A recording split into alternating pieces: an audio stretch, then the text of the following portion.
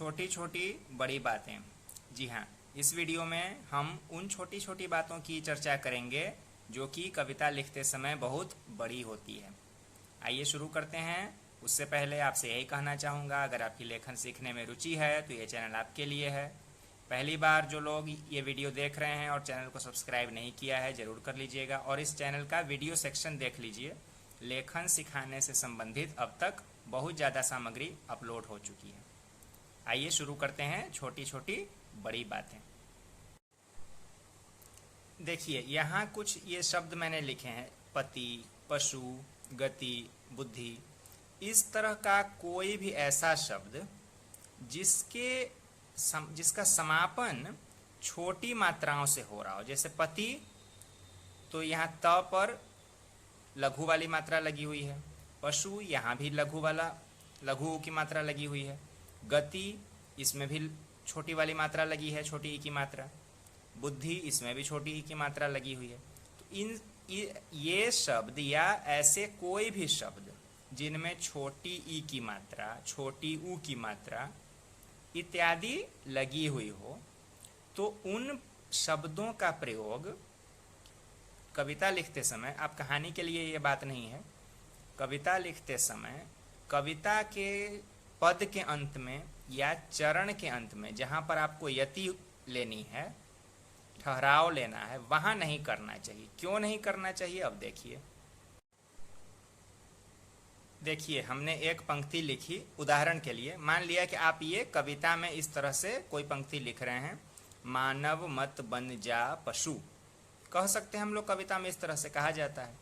तो हमने पशु को यहाँ पद के अंत में रखा। मान लिया कि ये पूरी पंक्ति है, ये एक पद है, तो पद के अंत में हमने पशु को रखा। तो पशु का सही उच्चारण तो पशु होता है। छोटा उच्चारण श पर छोटी ऊ की मात्रा है, तो ये छोटा ही उच्चारित तो होगा। पशु कुल मात्रा भार 2 है, लेकिन चूंकि पंक्ति के अंत में आया है, पद के अंत में आया है, तो ये पशु का उच्चारण पशु नहीं रह के पशु हो जाएगा। बोल के देखिए, ध्यान दीजिए, इस पर ध्यान इस तरह की बातों पर अक्सर नहीं जाता है। मानव बन मत जा पशु। देखिए, शु खिंच गया, आपने जानबूझकर नहीं खींचा, खींच गया।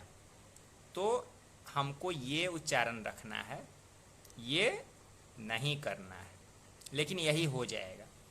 और इसी तरह से सिर्फ ये पशु में ही नहीं, ऐसा जो भी पति आप लास्ट में अगर लिख देंगे, गति लास्ट में लिख देंगे, बुद्धि लास्ट में लिख देंगे, छोटी ई की मात्रा वाला कोई भी शब्द आप लास्ट में लिखेंगे ना, तो वो छोटी ई की मात्रा बड़ी ई की मात्रा जैसी उच्चारित होने लगेगी, आपको पता नहीं चलेगा। तो ये गलती नहीं करनी चाहिए। अभी देखिए, आपके सामने एक तुकांत पंक्तियों का युग्म है: कम में खुश होते रहे, सपने में खोते रहे। तो उदाहरण के लिए मैंने लिखा है। तो यहाँ जो एक संयोजन आया है,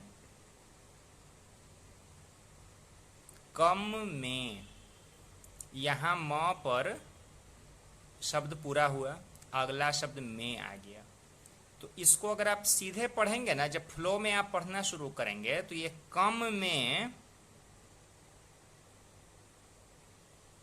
में जैसा उच्चारित होने लगेगा। ध्यान दीजिएगा, ये भी एक ध्यान देने वाली चीज होती है। ऐसा जब हम प्रयोग करते हैं, ये सिर्फ कम में ही नहीं है, तुम में, हम में, या ऐसा कोई भी। मान लिया हमने लिख दिया जल लो, जल लो, तो ये जल लो मिलकर उच्चारित जब होगा ना, तो ये कभी कभी जल्लो जैसा लगने लगेगा।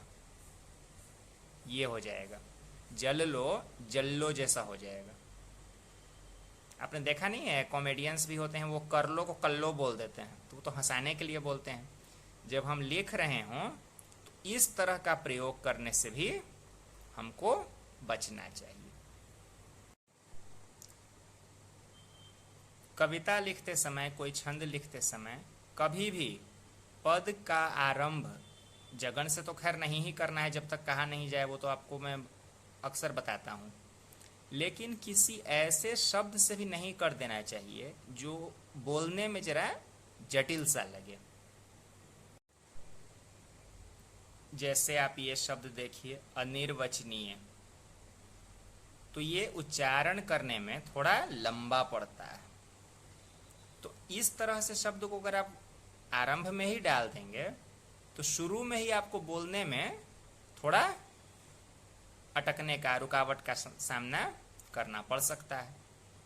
हाँ, ये अलग बात है कि अब सबके साथ ऐसा नहीं होगा। जिसका काव्य पाठ बहुत अच्छा है, जो सिद्ध लोग हैं इस मामले में, आराम से पढ़ लेंगे। लेकिन नए नए जो लोग हैं, हो सकता है अटक जाएं।